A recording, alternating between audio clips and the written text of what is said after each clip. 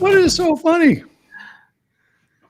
Well, Well, I hope that everyone enjoyed that music. But before we dive into things, let me throw this out there. Have you ever woken up and looked at the news and you thought to yourself, did I accidentally retire in the wrong freaking place? Like moving was supposed to fix everything, right? You were supposed to get better weather, better taxes, and finally peace and quiet. Then suddenly your utility bill shows up like it's trying to sponsor your stress level. And now you're Googling escape places like you're planning a prison break. But that's okay, relax, because you're not alone. America is playing musical chairs, and half of the retirees are standing there like, where's my seat? And why does it cost more than my first house? Well, today we're going to be breaking it down. The great American retirement migration. We're going to look at who's winning, who's losing, and who was accidentally talked into buying a place next to an airport that the real estate agent said was going to be quiet. So let's get this thing kicked off with my friends Sean Jardine and Jerry Pincus. Hello, guys. Hey, everybody. how's everybody doing today? We've got some watchers already. Well, we figured out this live stream part of it, so I think we're ahead of the curve. I think really for people in our age group, we're doing pretty darn good. Get this all hooked up and lit up and sound up. That's a feat. That remark. Thank you. Do us a favor, if you will. Go ahead and chat in the comments so we actually know that we're live, please, because this is all new to us. So we appreciate that. Yeah, we have someone saying hello at least, and I love the Halloween text font thingy. Yeah, so that's Diana. Hello, Diana. She's Welcome. Here from Kentucky, Franklin, Kentucky. Oh, really? Uh-huh. And how do you know that little piece of trivia? Because I know everything. That's what I say to my grandkids. I imagined it. No, she's my good friend. Okay. Nice. Also at retirement age, thinking about the things we're going to talk about. Very cool. Well, welcome, Diana, and everyone else that's out there. I'm going to leave my chat window open so I can see when stuff pops up, because we yet have to figure out how to make everyone else co-host so they can ruin what we're doing. Let's see. We got something else. You are live. Yes, we are. Bruce. Appreciate that. Thanks for letting us know. Yeah, appreciate you. All right. Okay. Yes, we are live. We're getting lift off. Thanks for doing this. Thanks for chiming in. Apparently, we're not Memorex. We're good. No. But yeah, that's why we got together today. Was that little blurb I did just a minute ago about the great retirement migration, which I don't know if it really is a great retirement migration anymore. It was for a while, especially during COVID. Mm. But then things kind of swung around, and places that used to be the top spots for retirement are not the top spots anymore. They're just there. And actually people are leaving them, which is so bizarre. I know in South Carolina, that's where Jerry and I both are. And Sean being in Arizona, those are still places folks are going, but places like Florida, they're leaving by the truckload, you know? Yeah.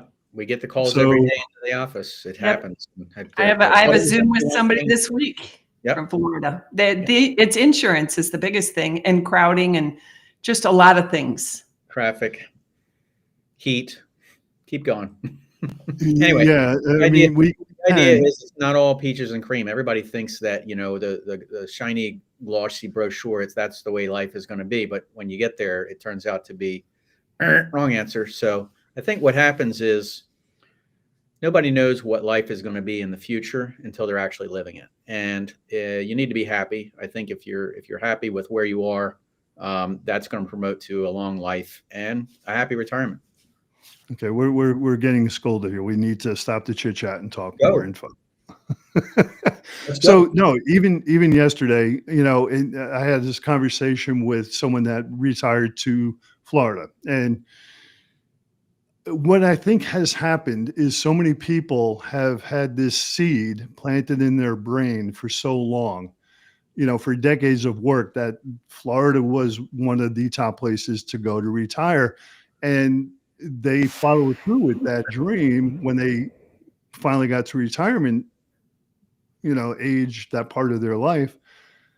And then they get there and they find out it's not all what it's cracked up to be. And I'm using Florida, I'm picking on them on purpose because things there have gone off the rails as far as the cost of living, access to healthcare, the infrastructure, the weather, insurance. I mean, we could go on and on about it. I think we're also going to see a little bit of movement again, not big like during the COVID years, but so many people did bail out of where they were during COVID. For me, it was a younger group of people moving to 55 plus communities who were barely 55 and they could still work from home, and they maybe didn't like where they were at. And they said, I'm just going to move to my eventual retirement place and work from home. Now, I think people might be second guessing some of their choices because they acted really quick because of that pressure situation we were all in. And maybe you were in a state that was super locked down, or you were scared, or whatever. You ran away from home essentially many times. And now when the dust is settled, people are saying, oh, this may not have been the best place. And I think the thing to keep in mind for a lot of people is what you think is your forever home might not be your forever home unless you really do your homework. Yeah, we've got a chat message here from Larry. It looks like, if I'm reading that correctly, it's hard to read that font on, I don't know, but yeah, he looks like he's been retired 3.5 years, loves it, no debt, great federal pension, healthy IRA, TSP, wife has a federal pension. It sounds like you actually planned for something, which is something that we see a lot of, actually, is that people don't plan and they end up in a place that they end up regretting being in. So Larry, thanks for that. How do you find, here's a question, how do you find the perfect place that's going to fit all your needs and wants, that's going to be the best option for you, right? Because I think that's the problem a lot of people have. If it is the dream and it turns out not to be the dream and they're moving on to find it the next place, or they're still searching right now, trying to figure out where is the best place, what's the best option. There you go, Larry says. So how do you make yourself that option to have the best option? Okay, so I think you have to go down the list is, first off, what are your needs and wants, your personal needs and wants? Everybody, it's not a one size fits all. Everybody has a different idea of what they need or what they want and what's comfortable to them. So, from an income standpoint, it depends on the cost of living. Some people, it doesn't matter. They could do whatever they want to do. But to others, the cost of living is very important. Sometimes it's taxes. Sometimes it's freedom to do things and where to go. But I think the combination platter is having all that stuff to come together so that you have a good selection. And it's not going to be let's go to the internet and see if we can find that place, because I think it's one of those things you just got to work it. You got to figure it out. Yeah, you're absolutely correct. There's so many variables that go into it and so many things that people are not thinking about before they pull the trigger. And we have Big Joe here chiming in. He's got the federal pension living off the taxpayers. No wonder our taxes are so high. Well, that's the way the system was set up. I mean, you can't blame anyone today or even 20 years ago or 50 years ago. That's just the way the system was set up to, take care of those workers that were, let's talk about military people who have a pension they're living off of. They made peanuts compared to the real world, and they also pay taxes. They serve for 20 or 30 years, just like federal employees, with the understanding, kind of like teachers, I'll make less money, but then I have a retirement. So I wouldn't say that they're mooching off of anybody. I think they served and paid in, and now is the payoff, which is nice in retirement. It gives you security, and it will assist you a little bit as the cost of living rises. Yeah, it's and finding the fit. I just had a video that I did about VA, and we all deal with people who are retiring that are looking for benefits, and honestly, here, I was amazed. I didn't think about it this way, but we have a veterans cafe, believe it or not. People just hang out. And what they said to me was, I walked in there, what they said to me was, uh, feeling comfortable where you move. Okay. In some places in the nation, military wise, they're not as comfortable as they are in other places. So that was a big, we had a base here. It's closed now, but we had a base here. So it was a long time ago, but people Yeah. do remember it. And if they spent time at the beach and, they remember that part, they want to go back. But I think that's the key, is feeling comfortable no matter where you move. Because a lot of people want to change the scenery. They want to change the weather. They don't necessarily want to be in the cold anymore, or they want to feel good, right? They want to feel young and get youthful. There's a lot of things to do. If you have the activities outdoors that you can do, that's another thing that people do look for. Yeah, listen, and this is something Sean said the other day. This is not your grandmother's retirement. That's for sure. It's Yeah. different. I mean, the three of us, okay, with the exception that we all are wearing glasses, which means we've hit the certain age where we can't see anything, and yeah, and aches and pains when your feet hit the floor every day. But I'm thankful for that. I mean, I'm alive, and it's wonderful. But yes, making those choices is something that it's critical, and it's hard. It's hard to make those because there's so many of those variables that go into it. The cost of living, like you mentioned, or and this is something that Harvard's still running right now. It's a study, it's a survey they've done for 85 years. I think it's like 86 years now. The number one issue with retirees that they claim bothers them the most is the lack of connection. Mm-hmm. Okay. They left their workforce where their buddies were, where their friends are. And that name on the door doesn't mean anything anymore. They don't even have it. Okay. They don't have the door to have the name on. And maybe they were running a whole team of people or a whole division or something. And now they're dealing with, the Karens from HOAs. Yeah. Well, it's a sense of purpose, right? So, if we go through life, we're trying to figure things out in our teenage years, and then we get through our little older. We might have a family, maybe we don't. You're working, you're going to work, you're in the rat race. Then what?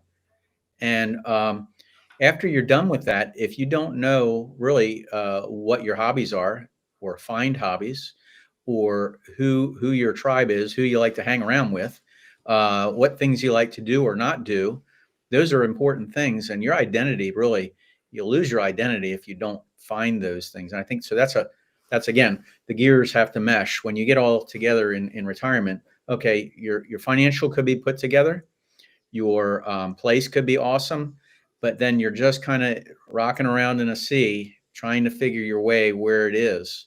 And a lot of people don't necessarily just jump into retirement. Some people slow down, and they might take a little job here or there, or a side hustle or something before they go full all in. And it's all relative. I love working. I love working. I like the challenges. I like helping people. So I think at the end of the day, it's what makes you happy is going to give you a happy retirement. Well, all of us being real estate brokers, that old saying, real estate people do not retire. They just expire. Yeah. Yeah. Like in a listing, you got an expired listing. I mean, and that's kind of the way it is. And look, you both know this, and for the folks that don't know this, I'm really not in production anymore. I don't sell homes and buy or do list homes with people. That's not me anymore. That was my gig for a quarter of a century. I hate saying that, but it was a long time. And this is kind of my new gig, where I get to talk to people who want to step into this part of their life and help them try to get it figured out. But that's a story for another day. I won't bore anyone with this. Trillions of social security money stolen. Where did all that money disappear to? Lucy, that's a great question. I don't know. Yeah. Anybody? Any thoughts? Well, the money seems to disappear no matter what happens here, right?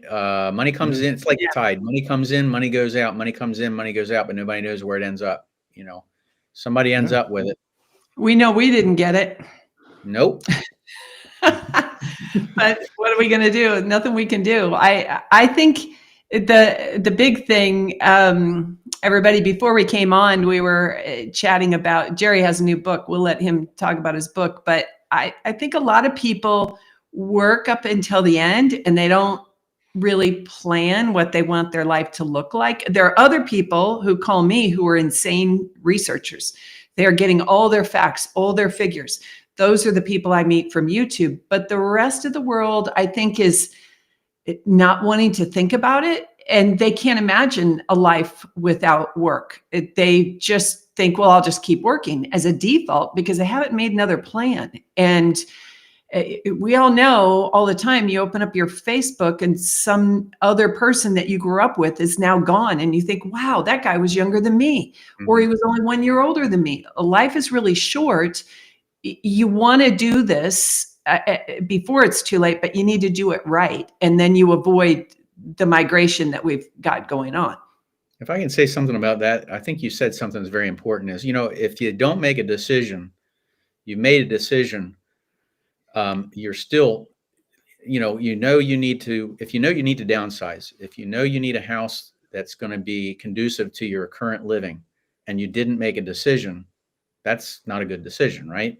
Mm-hmm. Everybody at some point in their life, nobody's getting younger here. So at some point in your life, you need help with these things. And if you don't make that decision, it's going to be infinitely harder to get along. Right. Well, not making a decision is still a decision. It's a bad one. Yeah. You have control. You have control of your life when you can decide. When you can't decide, someone else usually have to step in and make that decision for you. So, that's the thing you have to think about. As long as you can control your life and make decisions, I think you got it. But a lot of people don't look, 5 years from now what they're going to need, or 10 years from now what they're going to need. Just don't let the Undertaker be the guy who makes your life decision. We see it all day. Do something before that you get to that point. And that's one of my favorite sayings too, is don't be the richest guy in the cemetery. Yeah. I mean, enjoy yourself. You've worked, you've saved, you planned, if you have planned. And you can't take it with you because you're sure you could give it to your family and everything else. But I'd rather go and enjoy my life and have fun while I can, because, sometimes you don't think you'll get to this stage, this point in your life. And all of a sudden you find yourself there and people are like, oh crap, now what do I do? Mm-hmm. But Lucy, she jumped back in here. Union dismantled. Who benefits from this? Certainly not the working class people. I guess it's all depends on your station in life, where you are, who you are, what you've done and everything else. I mean, sure, there are folks that have worked really hard, that were in the military, in some kind of federal job or whatever, that worked their tails off and they earned that pension or they earned that retirement fund. And I don't blame them for that. I mean, for them, good for them. I was just talking about this the other day to a friend of mine. He was in the military. And I kind of reflected saying, well, maybe I should have gone into the military as well as a career path. I decided not to, number one, because I don't look good in green, but that's besides. What about your background? Yeah. I was trying to match yours, but I'll try that. I'll try to match yours in a minute. That's my background. But, people don't realize because on the screen, I look this big. I'm 6'6". I'm 265 pounds. I make a really big target, and I don't want to be a target.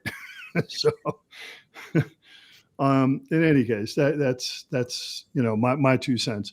But the whole migration movement has changed, and just to throw out some stats there, I'm going to cheat a little bit and look over my other monitor here. In 2024, 266,000 people moved for retirement. Okay, so those are the latest numbers that we've got. But in 2023, it was 25% higher than that. Okay, so you're talking somewhere in the area of like 300,000 people that moved for retirement. maybe that was a hangover from COVID. I don't know. But things seem to have slowed down a little bit. And if you tuned in today to watch where the big migration is going, that's a great question. Now we're trying to figure out during this live stream, because they're going everywhere and nowhere, if it makes any sense. I think people are still, okay, let's look at the baby boom. You know, the statistic, obviously, this is the biggest portion of the population that's getting ready to or has retired. So I think there's still people that are desiring to retire, but the price points have gotten a little higher. Inflation has kicked in. A lot of other things have maybe slowed them down. Maybe it's a health issue or something like that. But I think I get the call every other day. It's the regret that we didn't do something, or we shoulda, woulda, coulda. And again, I'm back to the, making the decision when you can. We all think that we're going to go on and go on and go on, but we're all only here for a little while. So while we're here, we try to make the most of it. And if we're not doing that on a daily, you kind of lose track of where you are in position, and you think, okay, well, I'll wait a little bit longer. I'm not really found the perfect place. I'm going to still be looking, and they're still going up in price or whatever the case might be. But all that time is, we have a certain amount of money, maybe, if we plan for it. And we don't know. We can go to the bank account and you can say, okay, I got this much money in my bank account. We know how much we have. But where's the meter that says, okay, you got this much life left? And like we were just talking about, so many people, honestly, it's every single day that we know people or have people that we work with, thousands of people. So, something happens and they said, we're just not going to do it. We're not, something happened, my husband, my spouse, whatever the case is. So I think time is of the essence. We all like to procrastinate about something, but I think this is one of those big deals that if we don't take the time to actually plan this out, you might miss it. Or Jerry, you have hit the nail on the head. I could tell you that yesterday, pardon me, I got up, I looked at my birth certificate. It didn't have an expiration date on it. Yeah. So I don't know when that day is going to come. And I just hope I've planned well enough so that, whenever that does happen, the people that are left around me are happy and not dancing on my grave. So. I wonder too about, when you think about the word migration, since COVID ended, we seem to kind of have opened our eyes to options.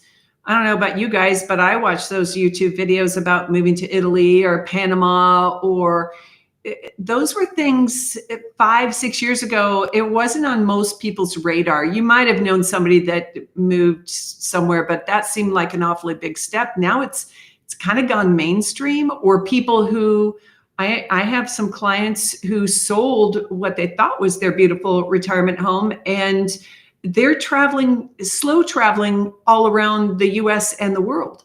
Yeah. So that wasn't really an option in years past. Now that we have Airbnb, you could go 3 months somewhere and a month to another place. Then you could go to Europe for 2 months, then go outside of the EU. There's all kinds of options that weren't available. And I think some people may have retired to a place that was a short season for them. And now, for whatever reason, could be just flat out, I think we've exhausted everything here that we want to do at, let's say, the Villages.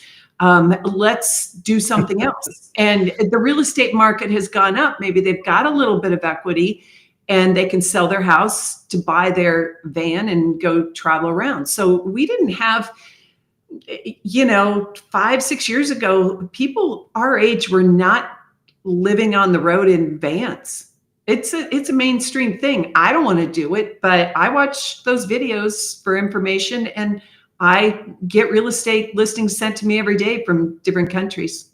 Sean, that's a very good point. I've had this same exact conversation with many people who have, what they've done is two things. They're moving from that 5-bedroom house. They're trying to downsize. The kids are out, and they're trying to get into a lower tax area. So those are the two things. And they want a base so that way they can get out and travel, come back, a hub, right? To come out and go back. And it's the convenience of that.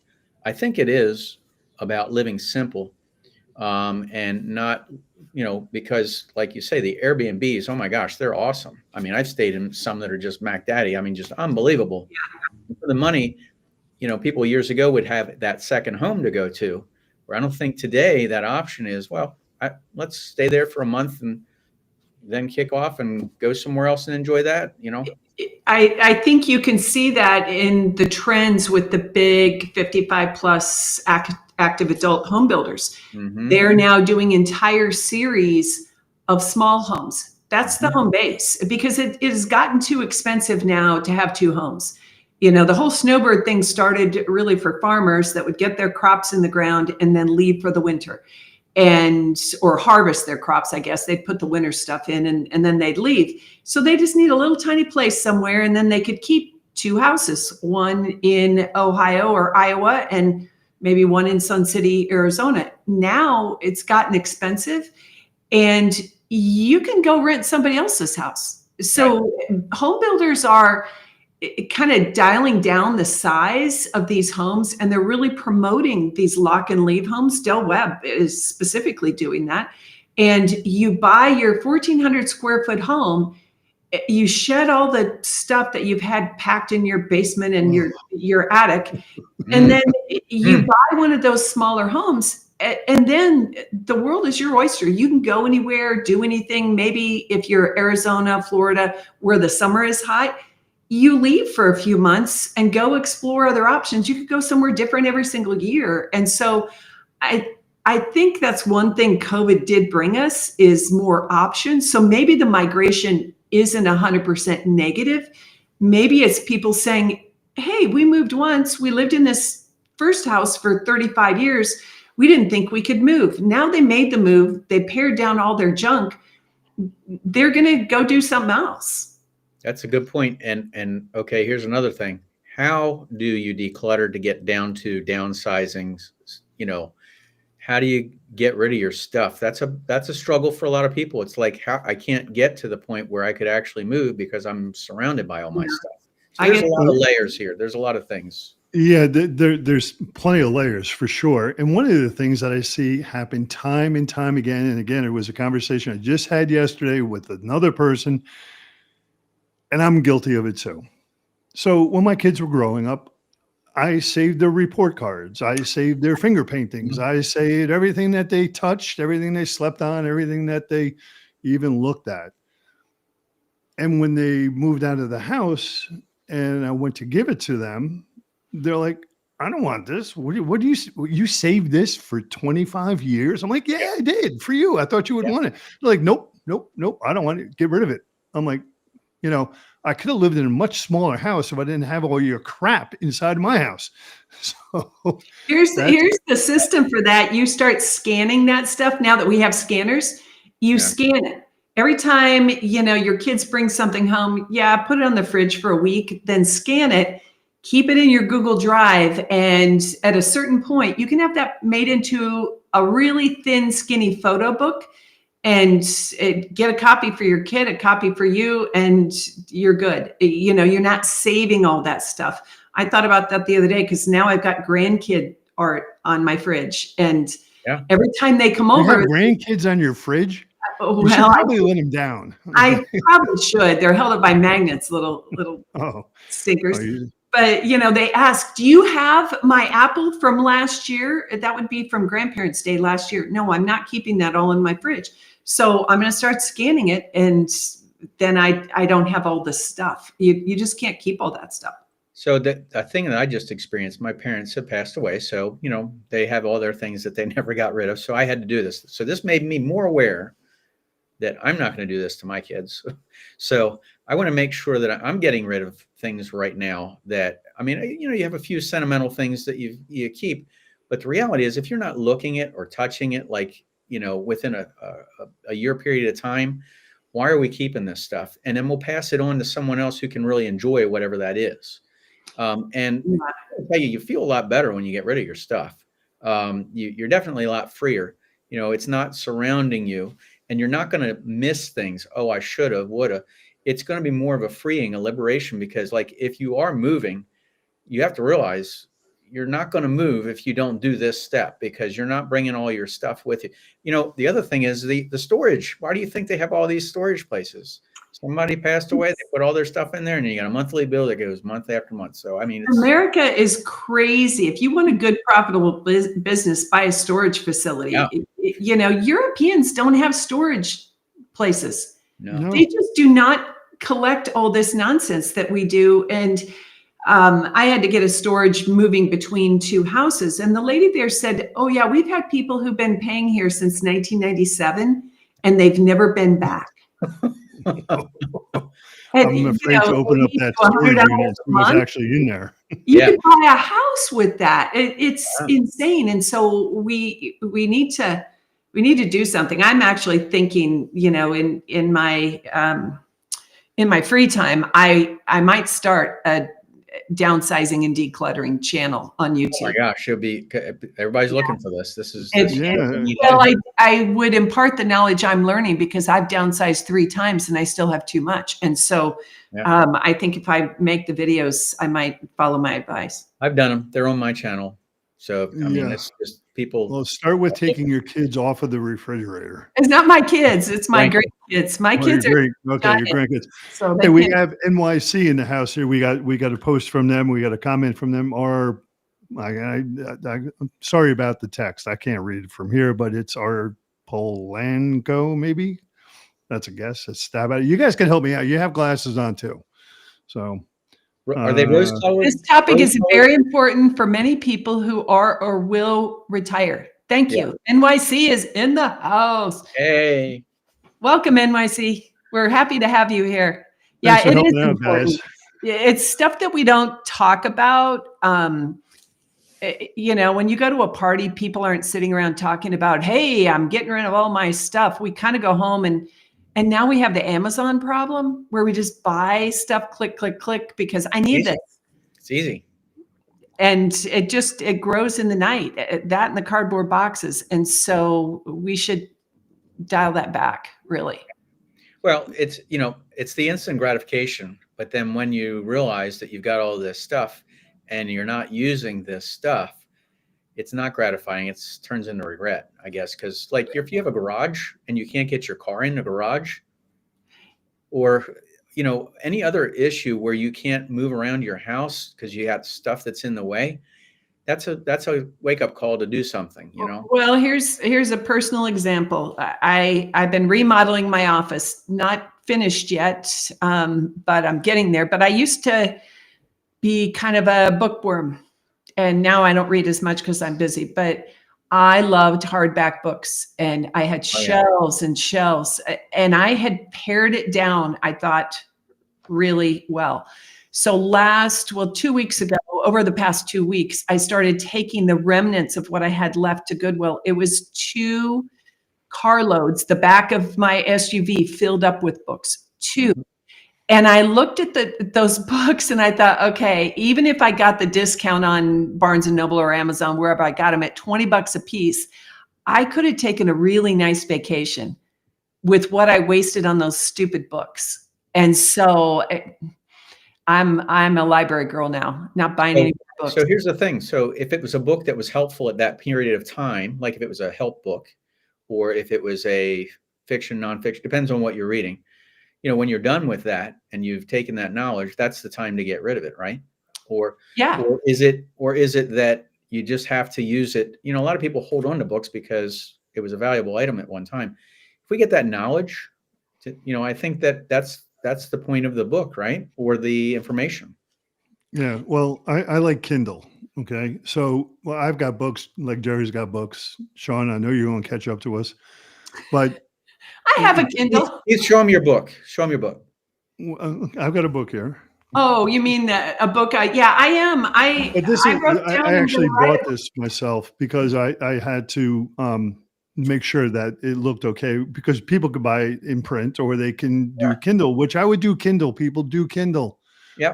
Do the ebook thing. And I built it for that specifically. And you can carry around thousands of books. Amazon, you don't have to fill up your SUV with them.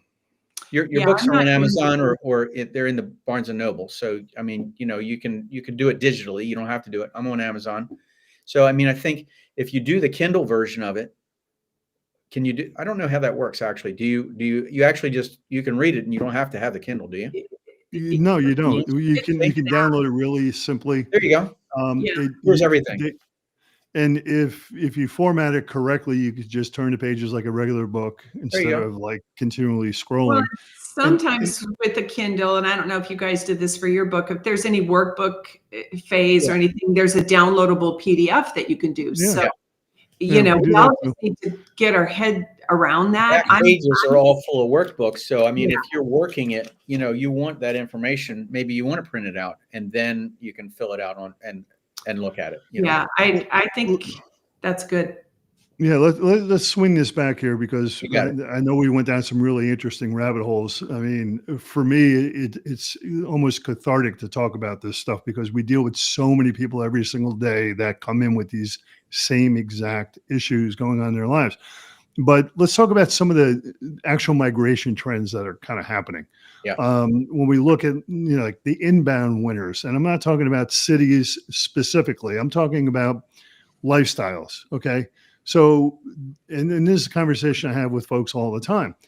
And they're like, well, what do you need from me? I'm like, tell me about your lifestyle. What is it that you like? Are you a mountain person, a lake person? Are you a beach person? Are you a desert person? What blows your skirt up? Okay. Tell me what makes you happy. And then we can take the conversation from there. So let's kind of dive into that a little bit because that's something that I don't think people really give enough thought to when they get on the phone with us or they get on a call with us or, you know, a video or whatever it happens to be. I think that, you know, again, it's back to what you like. Now, again, people get stuck because they're working, they're doing the daily grind. And then it's about me. You mean it's about me? So we do the same thing. We have these conversations every single day. Is it about, sometimes I'll have this conversation is what do you like to do? I don't, you know, if you like to eat out, you like to restaurants, if that's one thing, if you like to go to festivals, if you like being around people, if you don't like being around people, I mean, there's so many things to do. How about opportunities for groups? Because again, you know, if you're into gardening or you're not into gardening, or if you're into bike riding and you're not into bike riding, this is going to make a big difference on what you want to do or where you're going to move, because it's the simple things that really in retirement become the big things. It's no longer when you're strapped to that job where you got to commute back and forth and you're done. You got to start thinking about, well, what did I like to do? And I've done this. I have a crazy idea, sideshow, and I opened up a pinball museum. All right. Look, I'm not saying to open up a pinball museum, but my point being is it was one of those things as a kid that I remembered that I liked and I thought it was really cool. So I share it with the rest of the. Boy, I think someone should write an operatic, you know, rock and roll movie about that. Possible. It's possible. We could probably do that. Here's a question though. Is it just pinball at your place or do you have like Space Invaders? Oh no, it's old school pinball. Now I have Space Invaders in my office. Okay. And Pac-Man and all that stuff, but the museum itself is pure Just old school pinball. Okay. All right, Jerry, we need the big disclaimer right now about Okay. South Carolina. Okay. Right. Yeah. And tell them, It's illegal to play pinball if you're under the age of 18. And so I'm running an illegal operation. Okay. So it's still in the book, and you can't park your horse on the left hand side. Let me get Ice on the phone here. Hold on. So, that's the other problem. Oh wait, my phone's ringing. Uh-oh. It's the authorities coming to take you away because you've got the pinball wizard machine from 1976. I do have that one, but it's amazing. It is amazing that you know, a lot of things, laws are on the books that we're there to I can't get that word out, to stop juvenile delinquents from hooking from school to go play pinball, and those laws are still in the books. They never removed them. I never would have thought of skipping school to play pinball. I was doing other things when I skipped school, but that's interesting. So, well, moving on. We're gonna keep this PG-17. Let's talk to the next about the next thing I saw on our list is healthcare. Some people have had regrets about where they moved, and then they get sick. And then they've got a specific health need that can't be solved in their region. I think that's been a problem for a lot of people, or they moved to a place and then found out, oh, this healthcare is not good. That's right. That's I'm waiting in line forever to get a doctor, Yeah. Yeah. And listen, folks, this is interactive. So you have a thought, a question or whatever, just go ahead and post it in the chat. Put it in the chat. We'll tell get us to in it. the chat what you're looking for in a retirement destination. And maybe if you moved and now you want to leave, I'd like to hear from those people. I'm blessed to live in an area where Mayo Clinic is like 15 minutes from my house. So I'm kind of spoiled, but in Arizona, healthcare literally is on every corner. The big hospital networks fight over the corners. They'll buy a corner so the other guy doesn't get it. But the big thing you have to think about, if you, let's say, need a hip replacement or something big, you could drive 2 hours to go have your surgery. Your biggest problem is, where's the physical therapy clinic? Yeah. That's something people don't think of until they have to have a knee or a hip done. And that's an easy surgery. You're in and out in the same day. But 3 times a week for the next 8 weeks, you have to go to PT. If that PT is 2 hours away, you're going to regret your retirement choice. At our age, we have to think about that. Even if you're totally healthy, anything can happen. It happens. And again, back to that, Sean, you're absolutely right. Think about the things that we don't think are going to happen, yet they happen, right? Yeah. And you're right. If you do have to go that 2 hours and your spouse has to go, or your friend or whoever it is that's helping you out, and again, guys, you got to have an advocate when you are going through this. But it kind of is a point where, if you're not preparing for that too, it's the things that we don't think about. That's it should be a critical piece, along with, I get a lot of calls, I'm sure you guys do too, from people who say, well, I need a place with 36 pickleball courts at a minimum. And if it doesn't have 36 courts, I can't live there. Okay, but if you thought about the eventual fact that you might need healthcare, or have you thought about how many airplane connections it's going to take you to go see friends and family? There's more to this than just a list of things we want to do when we retire. It should be about all the aspects of our life. And that's, I think, the first step people should do is start making a list of all the things that are important to them. And then once you get through that list, look at the other potential future things. And I hate to say it, but go to the negative. What's my worst case scenario? If I do have to have a major thing, how many plane connections for my kids to get here if somebody has to take care of me? Or another guy that called me, he was thinking about his eventual lifestyle changing. He said, I need to be within like 15 minutes of a Walmart because when I'm in my 80s, I can't drive a long distance to get to something. So I had to go around mapping how far to all the Walmarts. It made really good sense. And very good point. Bonus for him was if he could drive his golf cart to the Walmart. He couldn't, but we have communities, and you guys do too, probably, where you can go to the grocery store on your golf cart, and that is meaningful for a lot of people. And so you have to think about that. Yeah, I want to be a Walmart greeter. So when you grow up. When I grow up. When you grow up. Here's a question. Somebody just said, how do you deal with some family members don't approve of you moving? My oldest daughter is making us feel guilty by wanting to move to Arizona because she feels like we are abandoning her. Oh, yeah.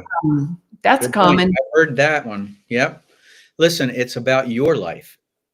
You've had that time with your child, and I think you've raised them. And we all, if you have children, you hopefully raised them the right way, and everybody has their own life. But look, if you're living for somebody else's life, you're not going to be as happy as you probably could be. I mean, you can always travel. They can always travel to see you, but that's the point. The other thing that I see with this is, and I'm not saying, look, you don't love your kids, but the point being is sometimes I've had clients who have had the child who is actually using the parent, whether it's financial, whether it is a babysitting. I need you to do this, do that. I need you to do that. When do you actually retire and relax? is the question. So I think, that's another thing that you have to really think about. Family. I'm at the beach. I'm in Myrtle Beach, guys. So not everybody lives at the beach. Horry County, it's the size of Rhode Island. It's a huge geography here. So, but the point being is I've got a sign in my office and it says, you never know how many people, how many friends you had until you own a beach house. And it's true, because they will come and see you. People that you've never seen before, friends show up. So, and the other saying is, and they say it's about the mountains, being in the mountains, you're lucky enough. Yeah, you are. I think the big thing, and Samantha, I know you're one of my people, so thanks for jumping on here. One of my kids lives in Scottsdale, 20 minutes away. I do see them when I can, but they're not inviting me over every Friday night. And so I think if you're getting that pushback, what you do is you start to keep a little log. Not that you're going to throw at the kids, but you start adding up. How often do they have time for you? Because if they're like my kids, they're busy. They've got 32 birthday parties every weekend, and they're going out with friends and doing things, but somehow they think they want to keep us near in case. Yeah. And so I think you bridge that gap by just saying, you know what, I'm going to budget X amount of dollars for plane tickets. I'm going to send you guys tickets to come see me twice a year. And every time Southwest has a sale or whatever airline you like, you call them and say, hey, there's a sale. Do you guys want to come? And who wouldn't want to come to Arizona or South Carolina or any of the places that most people want to retire in? When the weather is rotten in the north in the winter, you start giving out nice gift cards. They will come, and that'll help you overcome that guilt of sitting around waiting for them to pay attention to us. Just so it's kind of a control thing. I think it's not fair, and we just at some point have to say, no, I'm doing this for me. Like Jerry said, we have to live. We've sacrificed our entire lives for them, and there should be no guilt, no shame. So, Sean, I've got a question for you. Have you had this scenario? Because this has happened to us multiple times. We had somebody move. They came. They had a great life for a year or two. The kids were, come home, come home. They sold their house. Their life was set in their retirement. They sold their house, moved back.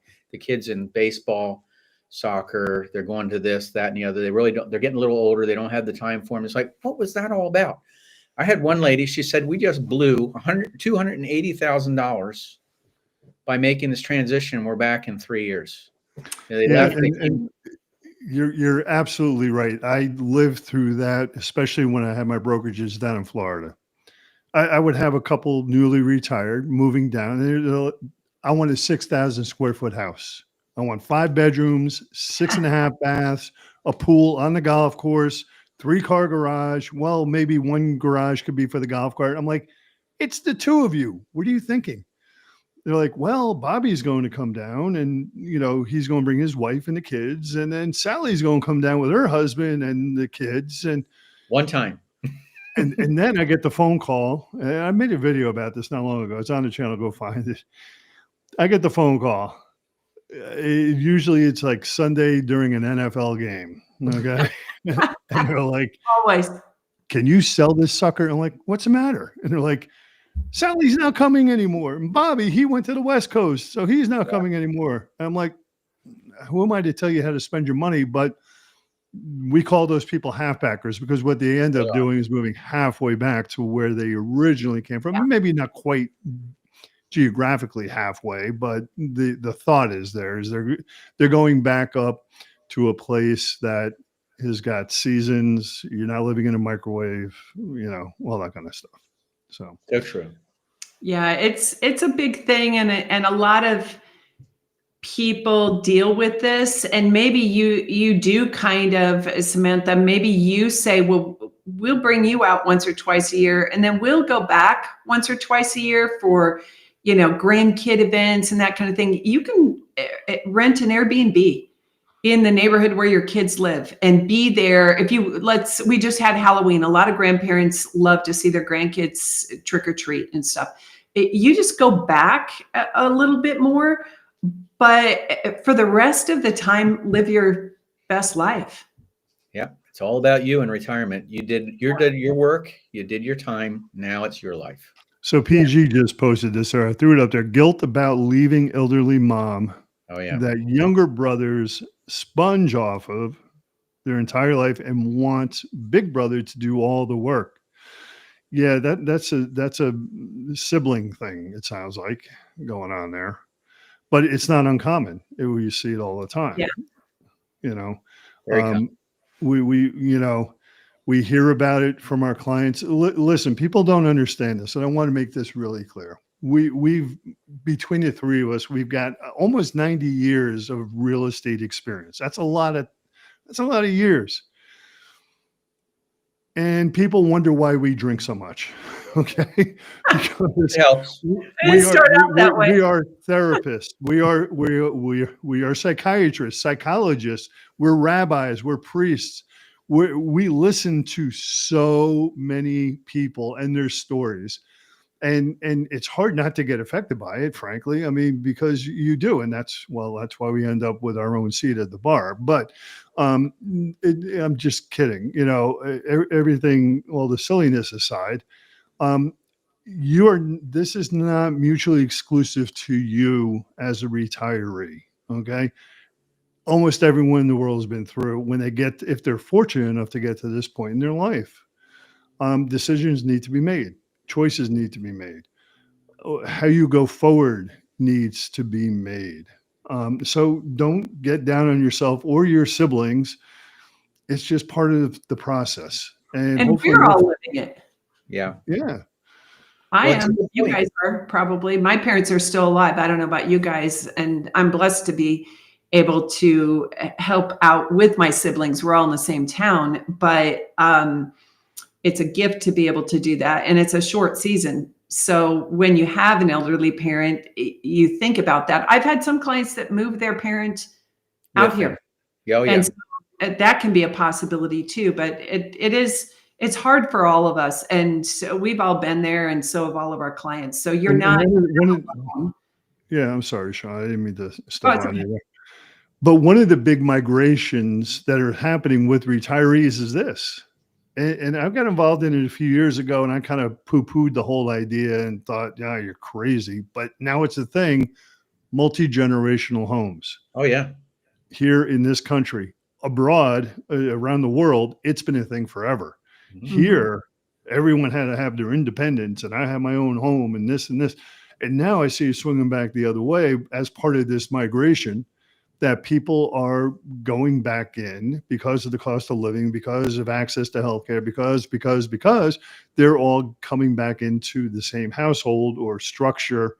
And some of these places are really cool. They're like two separate houses connected by a breezeway or a walkway or something like that. Totally, totally cool. Would I do it? Probably. Yeah, without a doubt. And that helps, right? You have someone there that is with you, and they're a family member. They knew what's going on. And yet you have your own apartment, basically. Own space. And we've had many times mom's coming with us, and we're coming down, and we're going to be shopping for a house together. So mom has sold her place. We're selling our place, and we're going to have a really nice place together. Even if it's a house, sometimes it's not even it's a bedroom in the house. We have many homes that are all on one level living. They have two primary bedrooms on the first floor. It's easy to get around with showers, walk in, conducive to both of them, and aging in place. Because look, so many people think about this, aging in place, right? The idea is we all want to do that. We don't want to usually go faster than we have to. But if you have all those things in that new house that are set up so that you can do this, your longevity for everybody goes a lot longer.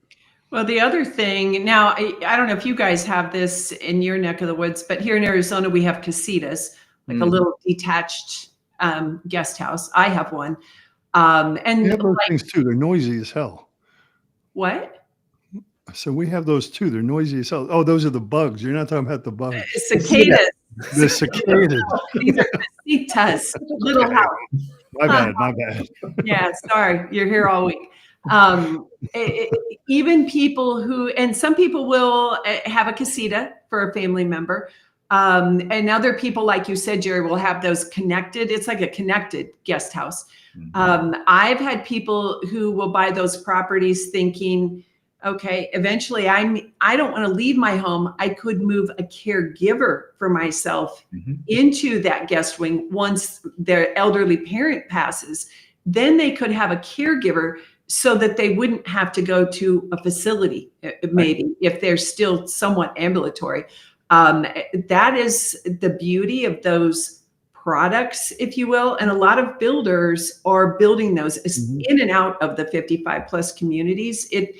It's a big thing. And like you said, part of it is cost of living. Maybe you have a 36-year-old child and their spouse that need to move back in due to a job loss, or they're just in a transition.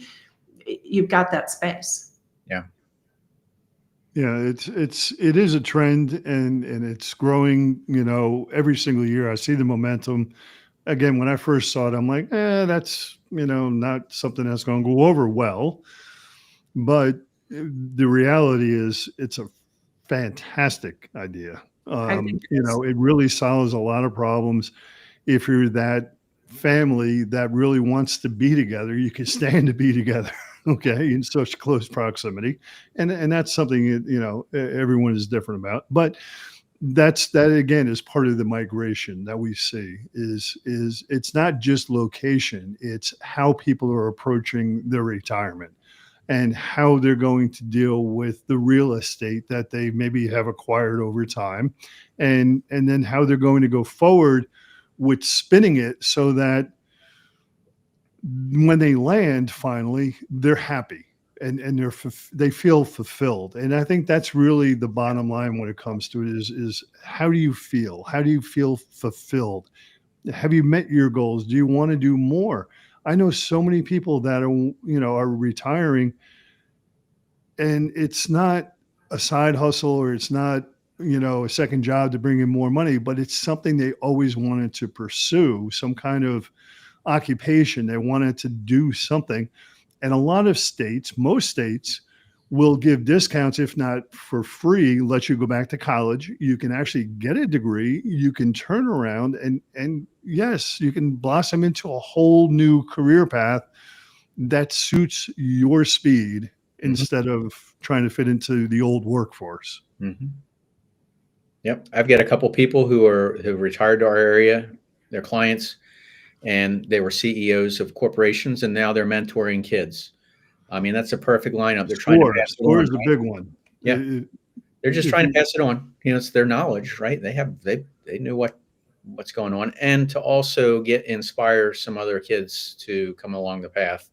And again, pursuing what you like. We work through life and we get all this knowledge, and we learn obviously smarter because of what our past is, right? But it's about sharing that as well. And again, all three of us like to help people, and I think that's the path as well. So if we're helping people to sort through this, because there's a lot of moving parts, there's nothing that's sitting still, and there's not a one size fits all.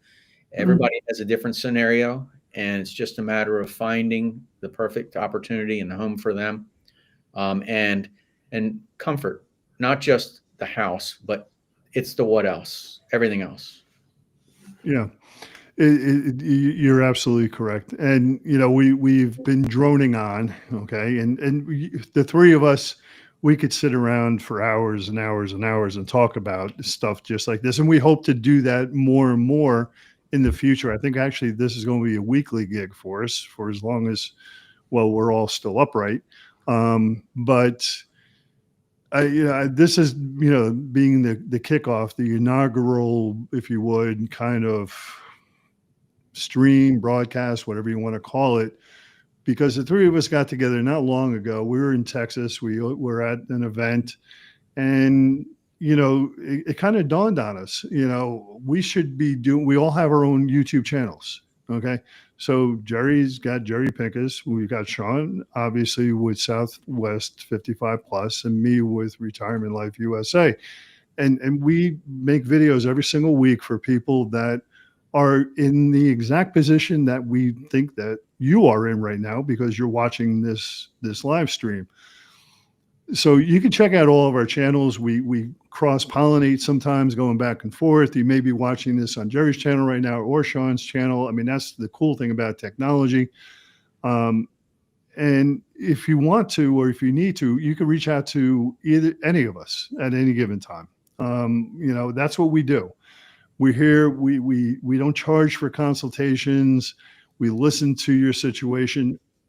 Again, it's probably not mutually exclusive to you. We've probably heard it before, and we probably have some really good ideas and thoughts about it. So, before signing off, Sean and Jerry, I know you have some thoughts about this new stream that we're doing. Well, I hope it's live on my channel. We haven't quite figured that out yet. So give us a thumbs up if you think it is. It's live on mine, I know, but I think this is a great way for us to connect with all of our viewers and kind of cross-pollinate other viewers who may not have known us, and just answer some questions, talk about the things that I know I'm thinking about in my life, my friends are thinking about in their life. This is what people our age talk about when we get together. We're talking about, what are we going to do next? Where would we go? What are our dreams? And if you're not having those dreams, what meds are you on? Well, we talk about that too, what surgeries we're all having. And, did you know so-and-so is no longer with us? There's a lot of that. But I think the key here, if you're not having dreams, please get some. Yeah. Please get some. Don't wait. And even if you are still working, or financially you need to work, or you just want to work, still write down your dreams and some goals for what you want to do as you do age. We can't stop it. And we all need to have a rich, full life. And defaulting to, well, I have to work. Maybe not, but you should be thinking about, you have to have some fun. And what do you want your life to look like? Even if you are working, your life can look better than it does. And, I say this all the time, Sean. Not everyone likes vanilla, not everyone likes chocolate, and not everyone likes strawberry. So if you like two bald guys and a woman with hair, then you're in the right place. Okay? We are like the Neapolitan ice cream of real estate, aren't we here? Listen, this was an absolute blast. I know we went a little bit past our target of 1 hour, but I was having a lot of fun, and I know you guys were too. I really appreciate everyone that tuned in, everyone that chimed in with their thoughts and their chats and their comments and everything else. We do appreciate you. And again, feel free to reach out to any of us. There's so much out there in the world. We're not afraid of losing business to anybody. We're not losing business. We want to help you. And that's kind of the bottom line to this whole thing. So until next week, unless you tune into one of our other videos during this week, have a great week. And Jerry, Sean, it's up to you. I'll be back in 2 weeks. I'm going on vacation next week. I have a convention, and then Disney World. Well, Disney not World in your contract. Definitely not in your Thanksgiving contract. coming and a lot of other stuff. But here's the thing I'd say about this. Life begins at retirement. It doesn't end when you stop working. It's you time. Okay. And that's when it really starts to get good. When you're enjoying yourself, and you have a window of opportunity between when you've stopped working and struggling to get ahead and keep things going, and a family and juggling all these things, it's you time. And then I'm not going to get dismal, but there is a window of time when we actually are able to do all these things. Take advantage of it. Don't procrastinate and wait. I'm telling you guys, it's the regret that I hear 28 times a day. Make sure that you're doing it when you can do it. Yeah. And we'll see you guys on the next episode. Everyone, take care of yourselves. Take care, guys. Give us a thumbs up before you leave. Right now, if you like this, Yeah, Click give us a like, thumbs up and say something in the comments because we don't know much. We can't see anything. Appreciate you guys so much. Yeah, I'm the guy behind the curtain with all the levers and the buttons and stuff. yeah, I'm But scared. I I'm don't want to scared for be. I that. want to give it to someone else. Let them do No, this. not me. You did a good job, Keith. I You can really do did a it. good job. Okay, Well, thanks everybody. I'm off. See See ya. you later. Bye-bye.